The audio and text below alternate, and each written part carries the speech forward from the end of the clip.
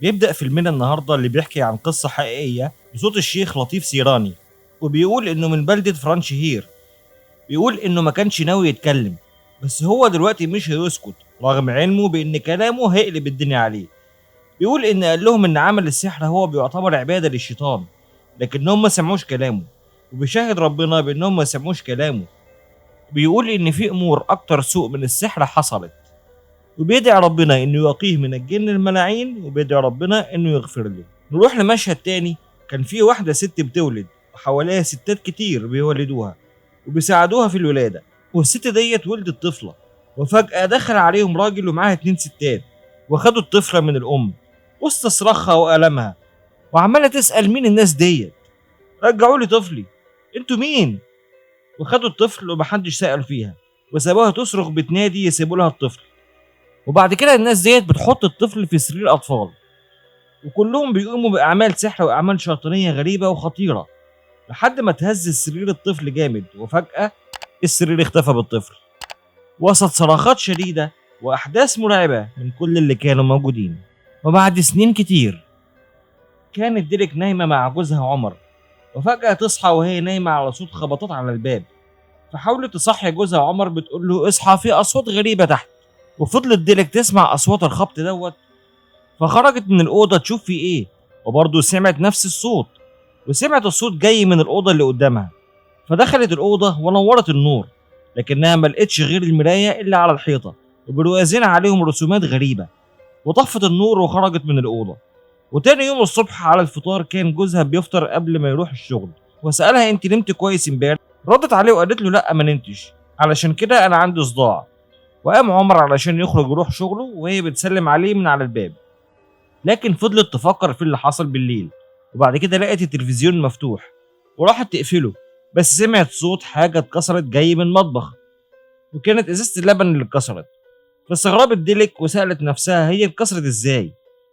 وبعدها بشوية وهي نايمة ترتاح شوية، سمعت برضو أصوات تكسير من المطبخ، ودخلت المطبخ لقت المطبخ كله على الأرض ومتكسر. فجالها حالة ذهول، وبقت مش فاهمة ايه اللي بيحصل، ولقت آثار أقدام بالدم على الأرض.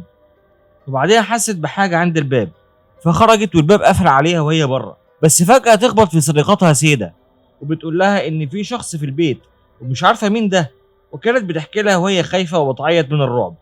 فسيدة هدتها وقالت لها إزاي الباب مفتوح. فاستغربت ديلك جدا، وحاولت سيدة إنها تخش البيت، فقالت لها لا ما تخشيش. لكن دخلوا البيت من المطبخ، وسيدة قالت لها دي آثار أقدام لكلب. وردت عليها ما تقوليش كلام فارغ، وإنه مفيش كلب هيعمل كده. وقعدوا يتناقشوا في اللي حصل ومين اللي عمل كده. وسيدة قالت مين اللي ممكن يعمل كده. ردت عليها ديليك بانها ما تعرفش، وانها كده بتخليها تغضب اكتر. فردت عليها سيدة قالت لها خلاص ركبي كاميرات في البيت، وقالت لها فكرة حلوة، لكن ابقي قولي لجوزي علشان انا قلت له كتير وكل يوم يقول بكرة بكرة، ومفيش حاجة اتنفذت لحد ما حصل اللي حصل النهاردة. فقالت لها سيدة يلا نرتب المكان وبعد كده نروح السوق. في وسط استغراب ديليك علشان لقت صديقتها مش مهتمة بالموضوع. وبعد كده بتحكي مع جوزها عمر وقالت له على اللي حصل، وبتكلموا على تركيب الكاميرات وان في لص داخل البيت النهارده. فرد عليها وقال لها انهم مش متاكدين اذا كان في لص فعلا داخل البيت ولا لا، لان مفيش حاجه اتسرقت من البيت، لكنها هددته بانها هتسيب البيت اذا ما ركبش كاميرات مراقبه في البيت. فقال لها خلاص بكره هتصل بالشركه تيجي تركب كاميرات في البيت. وفي الليله التانيه صحيت ديليك على صوت خبط الباب، وقامت برعب بتشوف في ايه، وهي لسه بتسمع اصوات صراخات في ودانها بتقول هاتوا لي طفلي. واخدين طفلي فين؟ وهي بقت في حاله رعب حقيقي، ودخلت نفس الاوضه اللي دخلتها الليله اللي قبل كده، لكن لقت مكتوب على المرايه طلاسم وكلام مش مفهوم، ومكتوب بالدم ورقم غريب 7730. وحست بخيال عدى من وراها، وراحت فتحت باب الدولاب، لكن في ايادي كتير كانت بتحاول تمسكها. وبعديها اتحولت ديليك وبقى شكلها مرعب، وكانت جنب عمر وهو نايم. صحته من النوم بيقول لها في ايه؟ نامي. قالت له مش عارفه انام. وفجاه طعنته بالسكينه طعنات كتير في بطنه، ووشها والسرير كله غرق بالدم. وكانت ديليك في حاله شيطانيه غريبه، وكانت شايفه مجموعه من الستات شكلهم مرعب قاعدين في مكان حوالين جثه، وكانت شايفه حاجات كتير غريبه وقديمه من زمن فات، واصوات مرعبه من الستات اللي قاعده، وصوت طفل بيبكي، واصوات همس وصراخ. لحد ما فاقت ديليك من النوم وهي كانت بتحلم بكل ده، وفي دم نازل من انفها، وبيطمن عليها جوزها عمر وبيسالها ايه اللي حصل وانها بتنزف دم ليه، وهي قالت له انت عايش. وفجاه سابته وقامت راحت الاوضه التانيه وبتنور النور، والمفاجاه انها ما لقتش حاجه غريبه في الاوضه خالص. المرايه والبلاويز كل حاجه سليمه. ووقفت تبكي بشده، وخدها عمر في حضنه بيحاول يهديها وانها كانت بتحلم، وبيسالها انت شفتي ايه. وحكيت له ديليك الحلم كله، وانها كانت بتسمع صوت همس بيقول الجن حارس الجن حارس، وقالت ده كل اللي حصل. وحاول عمر يهديها ويقول لها انه كان كابوس وانتهى، مفيش حاجه تخوف، وان ده كله تهيؤات. وقعد يحكي لها انه هو صغير كان بيقرا روايه رعب، وانه كان بيحلم بكلاب بتهاجمه طول الليل. بيقول لها ان اللص دخل البيت الاول وبعد كده في مخيلتها. وقالت له هو ده تفسيرك؟ قال لها اه هو ده الواقع. وبيقول لها ان الحلم عكس المرايه، يعني اللي بتشوفيه في الحلم بيحصل، يبقى تفسيره عكس اللي انت شفتيه. يعني انت قتلتيني في الحلم، اذا احنا هنعيش مع بعض حياه طويله. وفي الاخر طلع بيهزر معاها وان كل كلامه مش مظبوط. في تاني يوم وبعد تركيب كاميرات المراقبه، وكان عمر بيظبط الكاميرات على موبايله، في نفس الوقت كانت ديليك بتجهز نفسها علشان كانوا خارجين. لكن وهي رايحه تجيب شنطتها حست باصوات غريبه جايه من كاميرات المراقبه، لكنها مشيت علشان عمر كان بينده لها ويقول لها اتاخرنا. وخرجوا هما الاتنين راحوا نايت كلاب يسهروا مع اصدقائهم سيدا وهارون علشان يحتفلوا بعيد ميلادها. وبعد سهرة النايت كلاب راحوا يكملوا السهرة في بيت ديليك. وهارون قال لها انا عندي تفسير للحلم اللي انت حلمتي بيه من فترة ده لو انت لسه مهتمة. فقالت له اه طبعا انا مهتمة. وقال لها هارون انت شفت في حلمك رقم صحيح، انا معرفش معناه بس سألت شخص ومنتظر رده. بيقول لها انت قلت الجن حارس صح؟ وقالت له اه، كانت بتتردد كتير. فقال لها ان حارس هو اول اسم للشيطان قائد الجن. فقالت له يعني ده كان اسمه قبل ما يبقى شيطان؟ قال لها ايوه لما كان ملاك، وان في مصر القديمه كانوا بيطلقوا عليه حورس. وقال لها انه عنده قوه في تغيير العالم بعين واحده، وفي نفس الوقت هو صاحب الرمز ده شيطان مصر القديمه، وان العين دي ترمز الى عين الشيطان، وان الحورس اسماء تانية منها عين الشر. وقال هارون ان خلاصه الامر انها اذا شافت الشيطان حارس في الحلم في ان عيون الجن الشريره بتراقبها. لكن عمر ما صدقش الكلام ده، فرد هارون بان ديليك ما كانتش تعرف مين هو حارس قبل ما اقول لها. فردت ديليك انها ما كانتش تعرف. فرد هارون ازاي شخص يحلم بحاجه هو ما سمعش عنها اصلا ولا شافها قبل كده. واتكلمت سيده وقالت لهارون انت كده هتصيب ديليك بالجنون. فقال لديليك اسكتي انا عايز اسمع. وجاب هارون حجر وحطه قدامهم، وسالته ديليك ايه ده؟ قال لها ده حجر المرجان، والاسم الاخر ليه هو حجر الجن. وقال هارون ان المصريين القدماء والبابليين كانوا بيعتقدوا ان الجن هو سبب كل امراضهم، وانهم كانوا بيستخدموا الحجر علشان يعرفوا في جن مسلط عليهم ولا لا، عن طريق العين الثالثه في الكف، وان الجن بيتجسد في جسم الانسان وبيشوف بالعين الثالثه الموجوده في الكف، وان قراءه الفنجان وورق التوراة وقراءه الكف كل ده ليه علاقه بالعين الثالثه، وانهم بيقولوا ان الماسونيه جت من رمز العين الثالثه. لكن عمر ما كانش مصدق كل الكلام ده، لكن هارون كمل كلامه وقال انهم بيسموا الجن اللي بيسكن الجسد البشري اسم جن القدر، لان عندهم القدره على تغيير حياه الناس بالوسوسه في نفوسهم. علشان كده اذا شافت حارس في حلمها فانها كده في جن بيراقبها، لكن مش عارفين الجن ده مسلط عليكي ولا لا. وقال لديليك طب نعرف ازاي؟ فقال لها عن طريق حجر المرجان، واذا كنت تقدري تشوفي بالعين الثالثه وانت مغمضه عينيكي فيبقى في جن مسلط عليكي. وقالت له طيب انا عايز اعرف احنا هنعمل ايه؟ قال لها نطفي النور ونبتدي. وفعلا طفوا النور وحطوا حجر المرجان على ترابيزه، وقعدوا كلهم حوالين الترابيزه. وقال لها حط ايديكي على الحجر واقفلي عينيكي، وقال لها فكري ان في عين جوه ايديك وبص للحجر بالعين ديت. بيقول لها انت مالكيش عين تانية، انت عاميه دلوقتي. وسالها انت في الضلمه دلوقتي؟ قالت له ايوه كل شيء مظلم. قال لها انت في الغرفه لكنك لوحدك، احنا مش هنا. وقالت انا في الاوضه لوحدي مفيش حد وعيني مقفوله. قال لها ارفعي ايديكي لفوق وشاوري عليا بايديكي. كل ده وهي فعلا شايفه انها لوحدها ومفيش حد معاها، لكنها بتقول ان في حاجه حصلت بس مش عارفاها. هي سامعه صوت لكن مش قادره تشوف.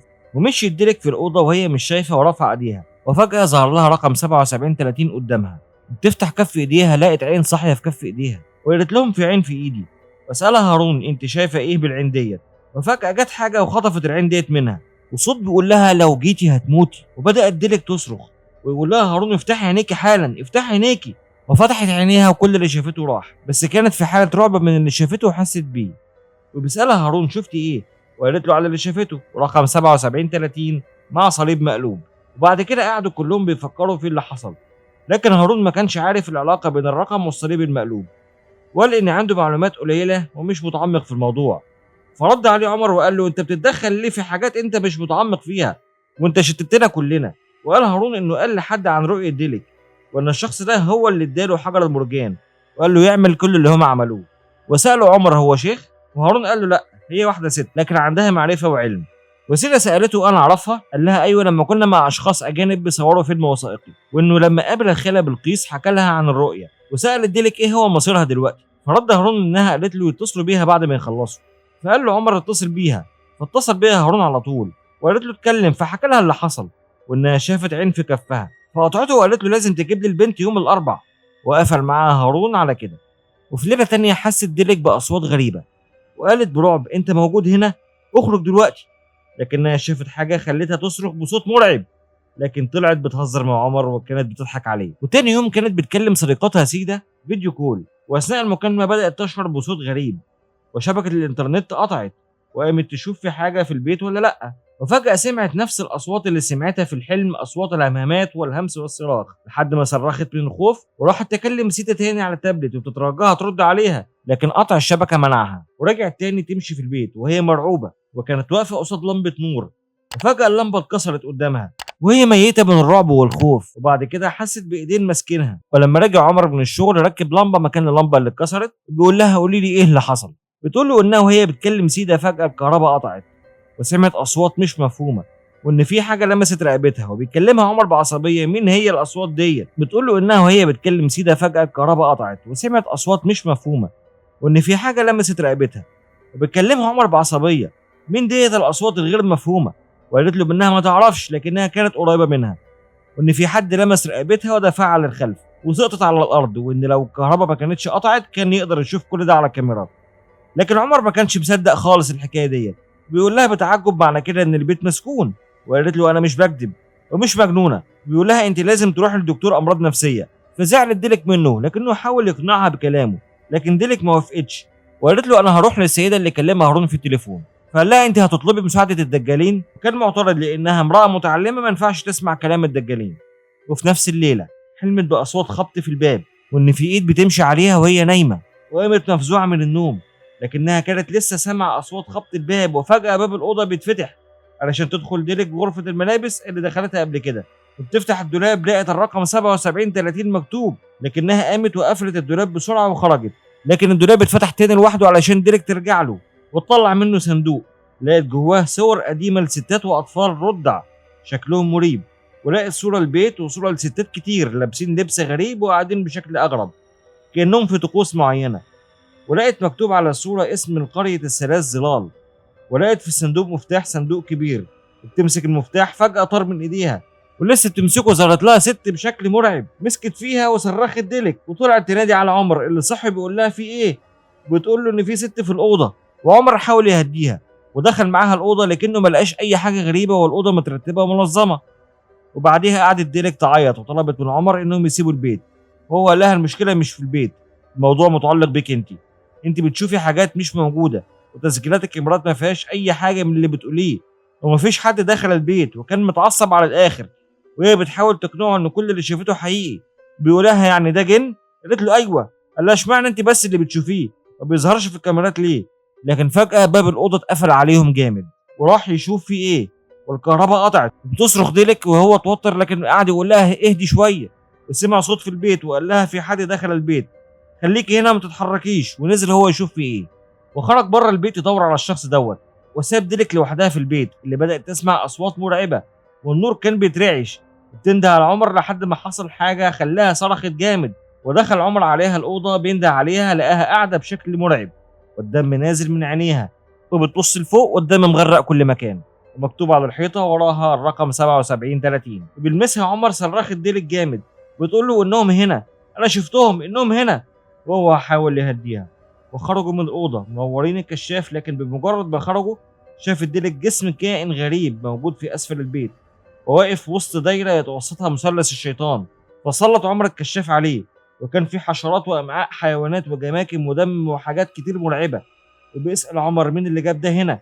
انتم مين؟ عايزين منا ايه؟ وخرج عمر من البيت بيصرخ بيدور على الشخص اللي حط الكائن ده.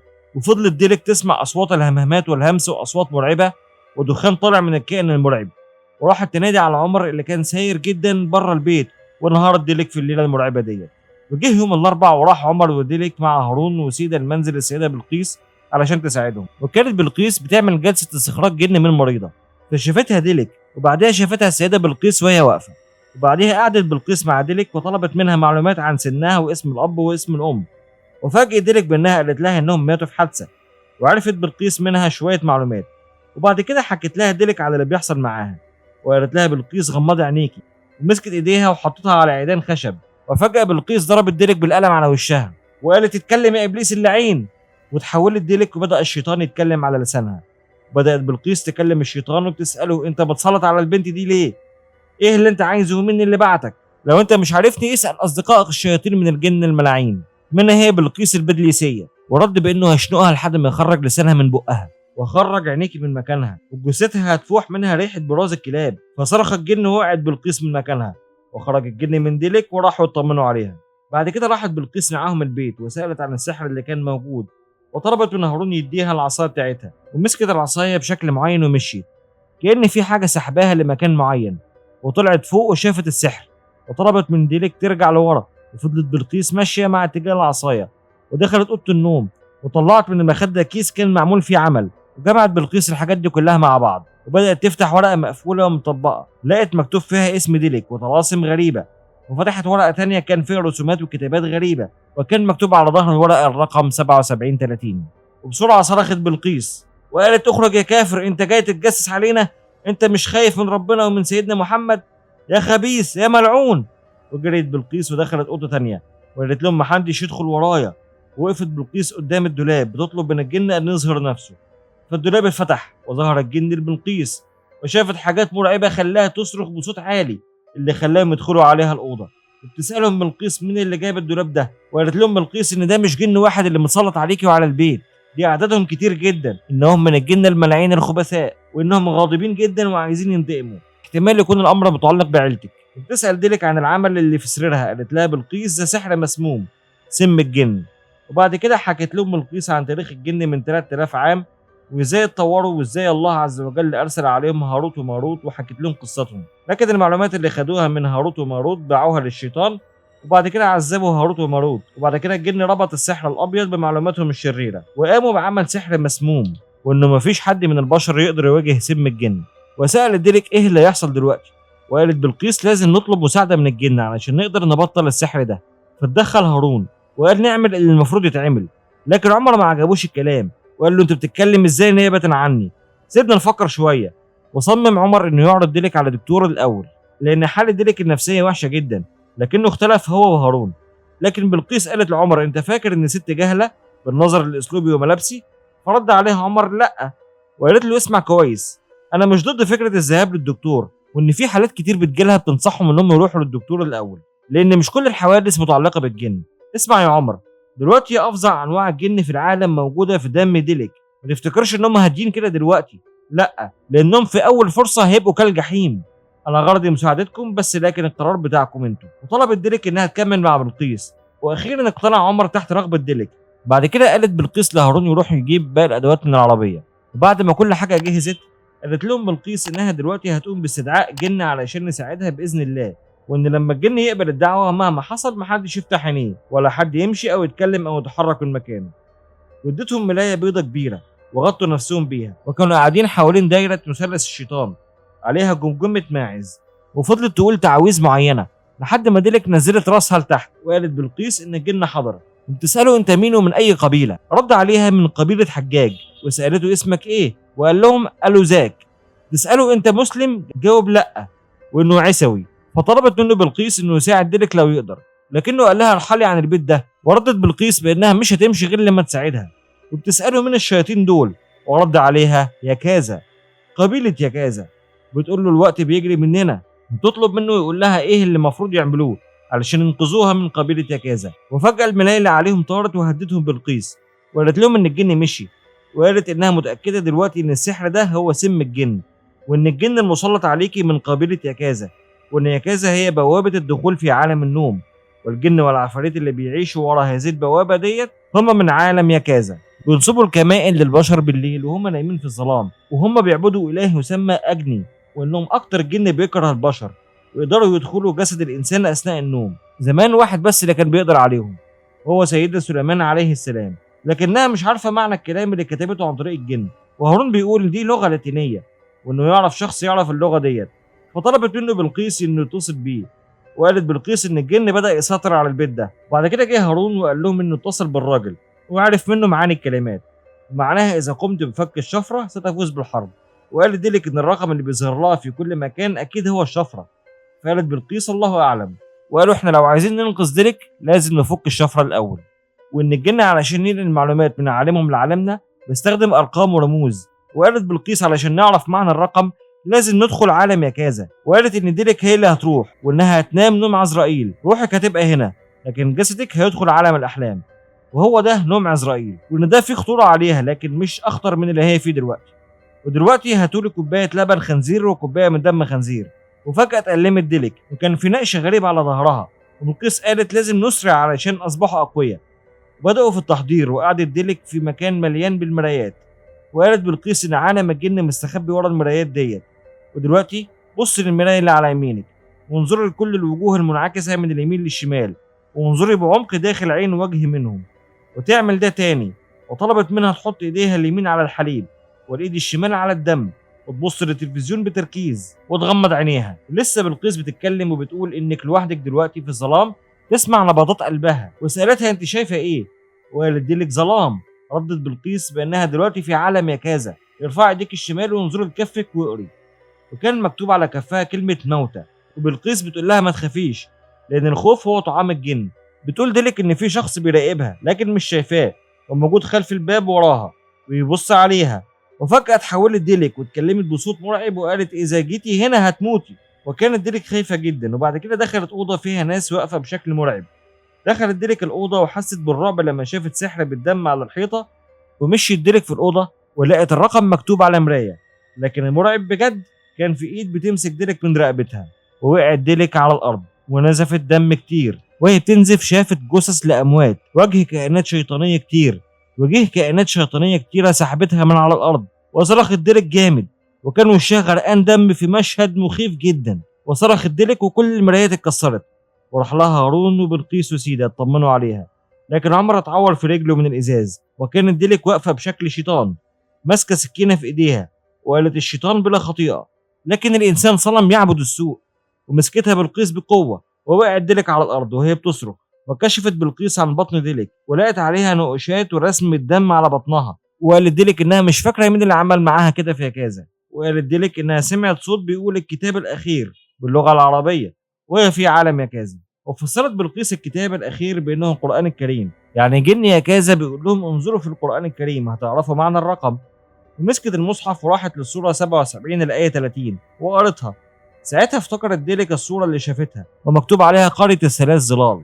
وقامت جابت الصوره وفهموا انهم لازم يروحوا قريه الثلاث ظلال. وسالت بلقيس القريه دي مسيحيه؟ وردت عليها ديلك بانها ما تعرفش وانها اول مره تسمع عنها. وبحث عنها هارون على جوجل وعرف انها في مدينه بورصه. وقالت بلقيس لازم نروح هناك بسرعه، لكن عمر اعترض وقال لهم نستريح شويه وتروح ديلك للطبيب الاول، انتوا مستعجلين ليه؟ فقال له هارون كلامك غلط.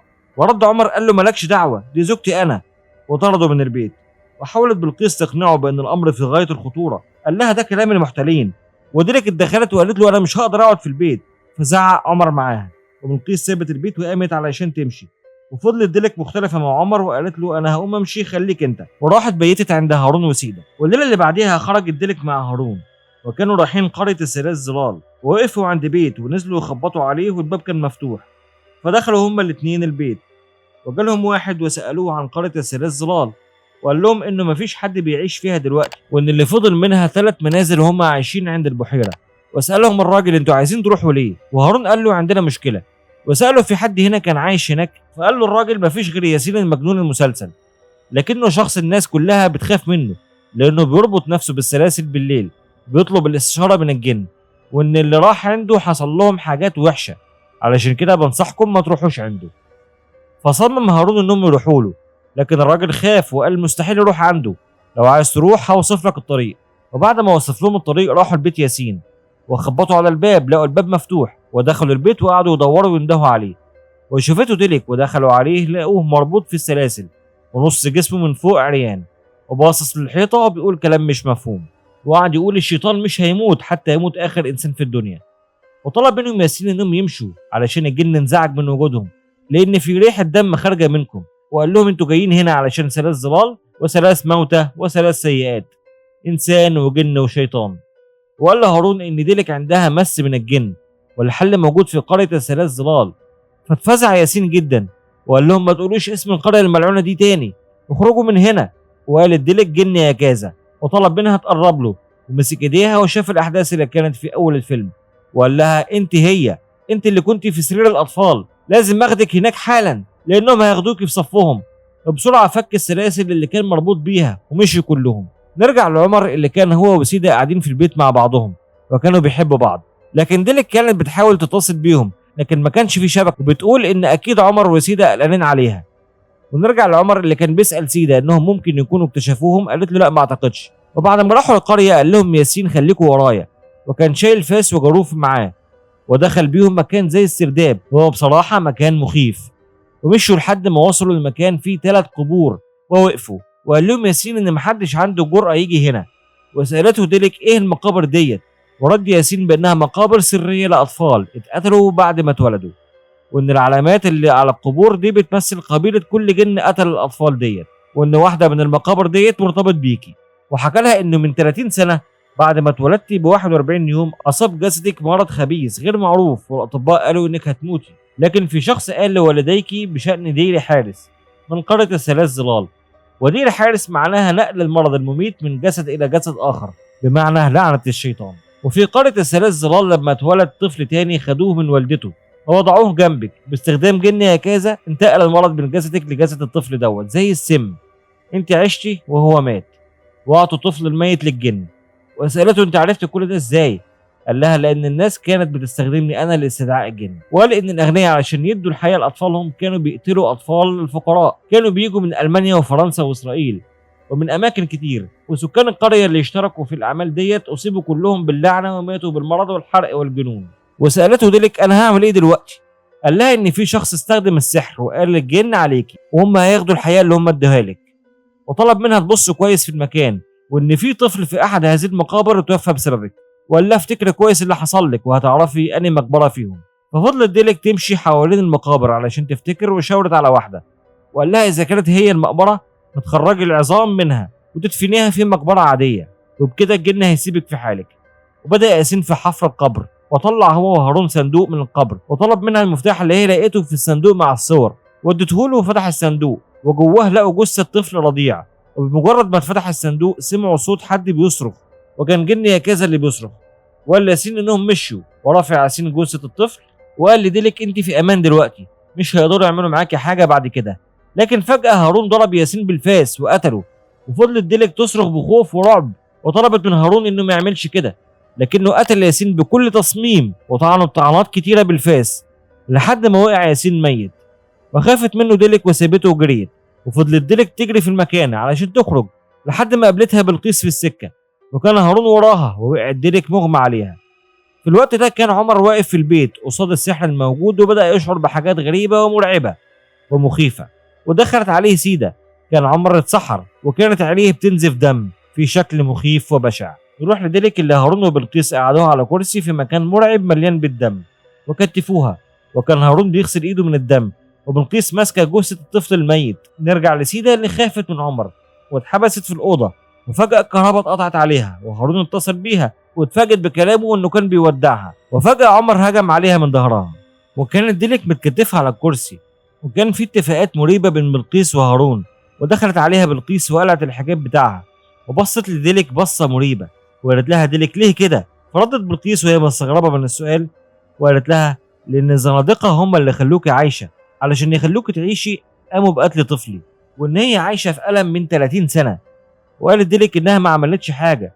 فردت بلقيس أنت بريئة، ما عملتيش حاجة، لكن السكان الملاعين وأبوكي هم اللي عملوا كده. دول كانوا شياطين وجن متكبرين وأغنياء، لكن ما تنسيش إنك نسلهم القذر. وقالت لها انت بتبصي لي كاني شيطان، لكن الحقيقه انا ما كنتش عايزه غير اني اعيش حياه بسيطه مع جوزي واطفالي، وانهم قتلوا جوزي لما كنت حامل وبعد كده خدوا طفلي بمجرد ولادته. مين المسؤول عن اللي حصل لنا يا ديلك؟ وتقدري تقولي على كل دوت انتقام؟ دم مقابل دم وحياه مقابل حياه يا ديلك.